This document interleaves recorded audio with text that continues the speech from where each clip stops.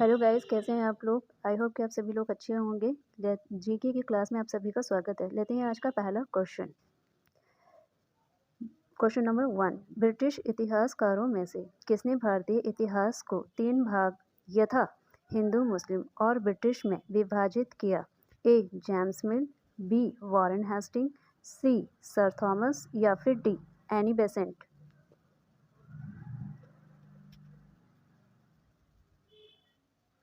Answer है A James Mill. Question number 2, Prabhakar Vardhan Vardhan वंश का पहला राजा डैश का शासक था। A Thaneshwar, B Kurukshetra, C Gitavardhan या फिर D Patna. Answer A Thaneshwar. Question number 3, Panipat की दूसरी लड़ाई किस वर्ष में लड़ी गई थी। ए 1556, बी 1545, सी 1555 या फिर डी 1526 ईस्वी में।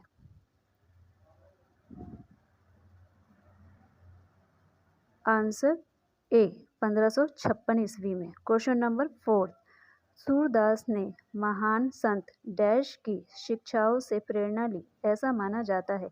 ए रामदास, बी हरिदास, सी चैतन्य या फिर D Vallabhacharya. Answer D Vallabhacharya. Question number 5, परिकब हड़प्पाई सभ्यता तथा सिंधु घाटी सभ्यता के अधिकतर स्थल डैश के तल के साथ साथ पाए जाते हैं। ए गंगा नदी, बी यमुना नदी, सी घग्गर नदी या फिर डी ब्यास नदी।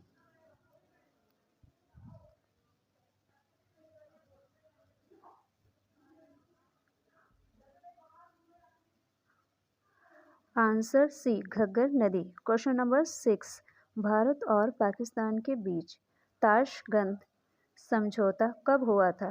ए वर्ष 1966, बी वर्ष 1962, सी वर्ष 1965 या फिर डी वर्ष 1971।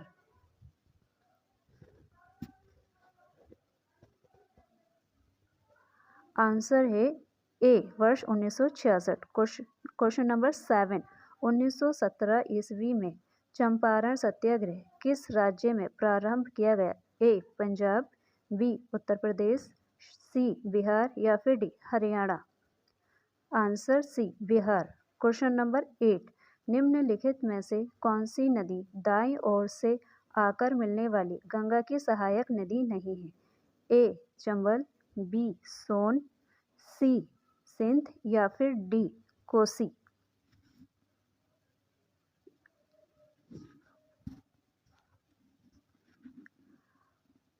Answer D Kosi.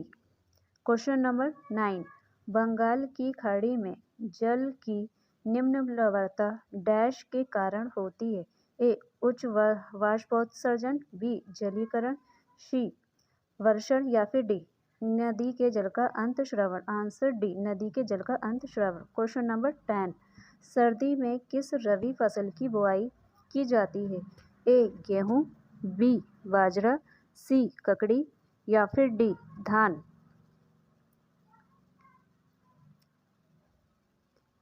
Answer A गेहूं।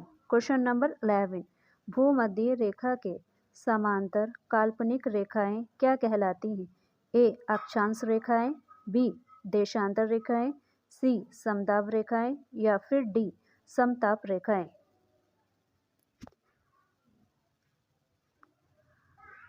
आंसर ए अक्षांश रेखाएं। क्वेश्चन नंबर 11, निम्नलिखित में से कौन सा विभाग भारत की जीडीपी की गणना करता है।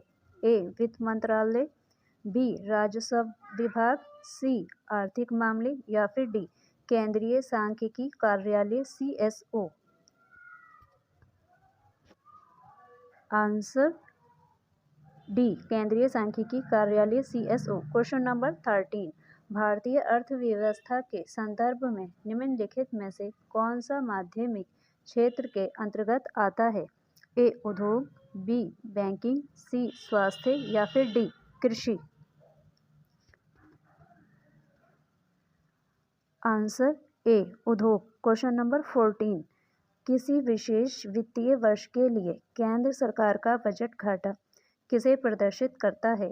ए. राजस्व प्राप्तियों की कुल राशि, बी. पूंजीगत प्राप्तियों की कुल राशि, सी. वे धनराशि जो सरकार को उधार लेनी पड़ती है, या फिर डी. अनुमानित सरकारी व्यय की कुल राशि।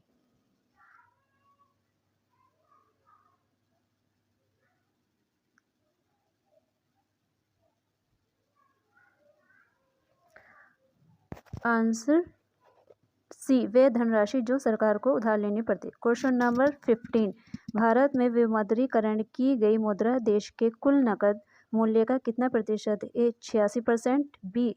89%, सी. 78% या फिर डी. 95%।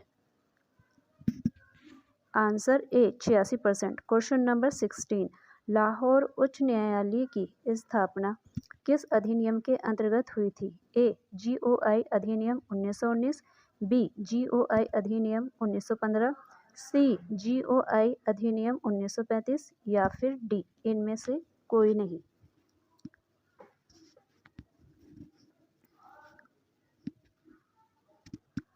Answer A. GOI अधिनियम 1919। क्वेश्चन नंबर 17, लोकसभा का प्रथम स्पीकर कौन था? A. Neelam Sanjiva, B. M.A. Ayyangar, C. GV Mavalankar या फिर D. Sardar Hukam Singh.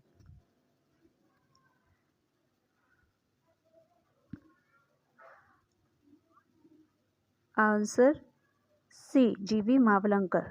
Question number 18, निम्न भारतीयों में से कौन न्याय के अंतर्राष्ट्रीय न्यायालय का एक न्यायाधीश नहीं था? ए. RS पाठक, बी. MA राव, सी. नागेंद्र सिंह या फिर D. KN Wanchu.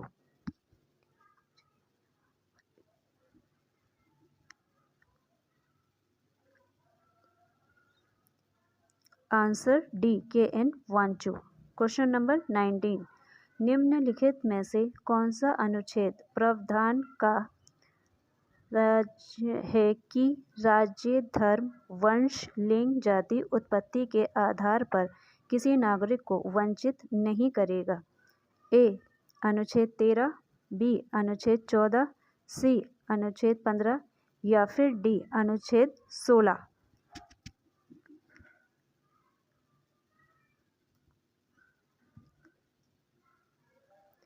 Answer C. अनुच्छेद 15। क्वेश्चन नंबर 20, दंत वल्क में उपस्थित कैल्शियम फॉस्फेट प्राकृतिक से डैश होता है? ए. क्षारीय, बी. उदासीन, सी. अम्लीय या फिर डी. उभयधर्मी।